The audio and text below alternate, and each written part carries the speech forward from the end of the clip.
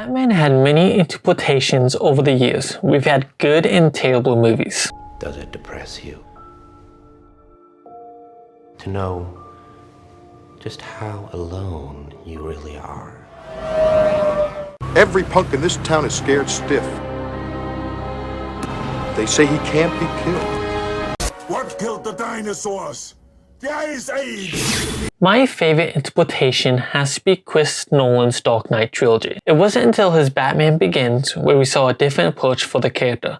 Nolan stated his intention to reinvent the film franchise of Batman by doing the origin story of the character, which is a story that's never been told before. Nolan said that the humanity and realism would be the basis of the origin of the film, and that the world of Batman is that of grounded reality. It'll be recognizable reality against which an extraordinary heroic figure arises.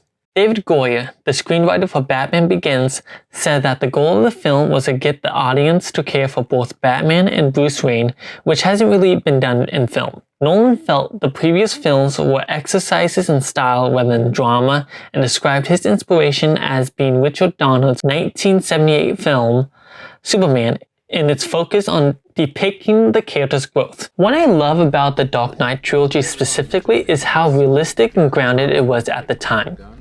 Batman has always been a superhero without powers that he relies mostly on his gadgets. In order to explain how Bruce Wayne got his hands on such wonderful toys, it is established that they are all rejected military equipment that Bruce repurposes. Everything from the cape to the body armor is explained in a credible way as to why these things exist. And the equipment is kept to a minimum, so Batman is not pulling all sorts of wacky gadgets out of his utility belt. In my opinion, Batman has the best rogue galleries in comic books and film. In order to show how Gotham is overtaken by crime, Nolan wisely put a lot of focus on the organized crime element. While villains like Falcon and Maroni are not popular as Mr. Freeze and Clayface, they help establish the corruption of Gotham without going overboard. I do love the Batmobile in the Nolan trilogy, but I have to admit, I felt it was a little stretch of not being realistic. It's not hard to imagine that Bruce Wayne taking a few experimental military tools would go unnoticed, especially since he was restyling them on his own. But when it gets into some of his bigger toys, that's when things start to become unrealistic. Batman's Batmobile is a redesigned military vehicle that he uses to ride around the streets of Gotham. Then there's the Batwing, which is an even more over-the-top mode of transportation.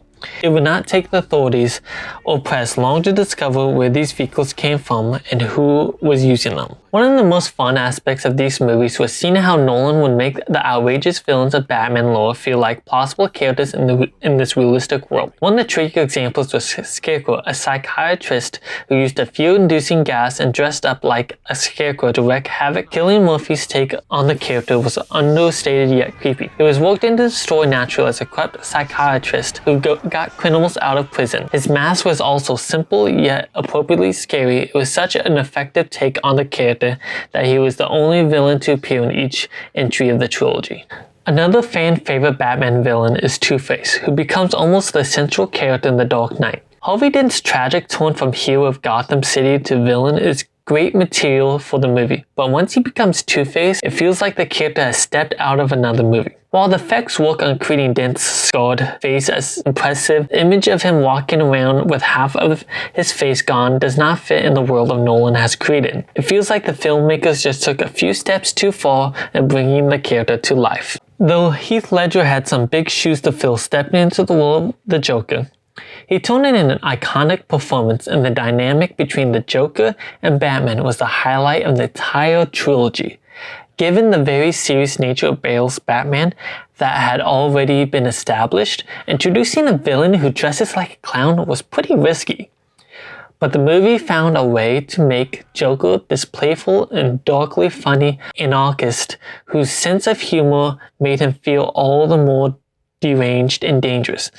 In the grounded world, he was the wild card that threw everything upside down. Now, the Dark Knight trilogy wouldn't have existed without the past films. going back to Adam West's Batman from the television series to the 1966 film during the time it was considered a good adaptation. I actually watched the television as a kid. It actually felt like a comic book. Every time Batman punched someone or he or Robin got punched, it would have the effect of pow, kaboom, and I thought it was an interesting choice. It was more goofy, comic booky than an actual adaptation. Some would even consider it as a parody with how humorous it is. The movie, like the TV series, is strongly influenced by the comparably obscure 1940s serial of Batman, such as the escapes done almost out of luck. The pinch-hit forgiving devices a bat prefix and the dramatic use of stylized title cards during fight scenes acknowledge some of the conventions that the character had accumulated in various media. However, the majority of Batman's campier moments can be read as a broader parody on contemporary mid-1960s culture in general.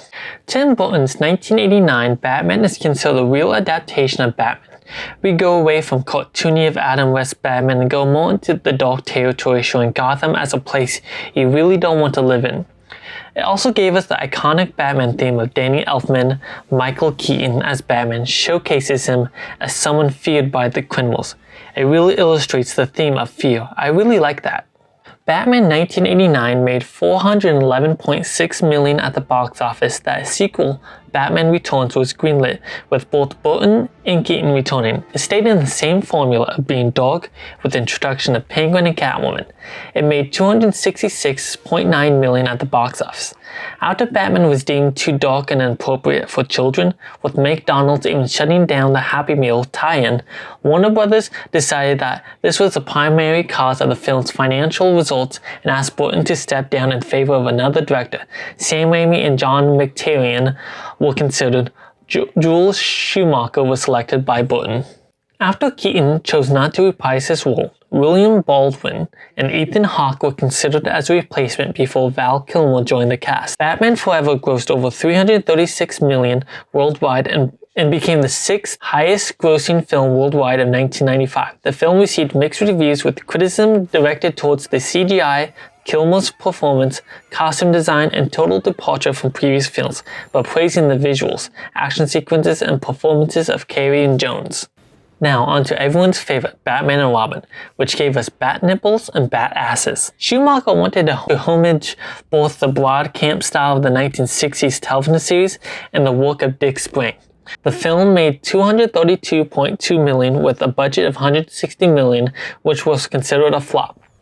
It would be 8 years later when we would get a reboot to Nolan's realistic take, Origin of Batman, which his trilogy is considered a masterpiece to most fans. Batman Begins made $376.3 million. The Dark Knight is the first Batman movie to ever cross $1 billion at the box office, with the final installment crossing $1 billion in '85.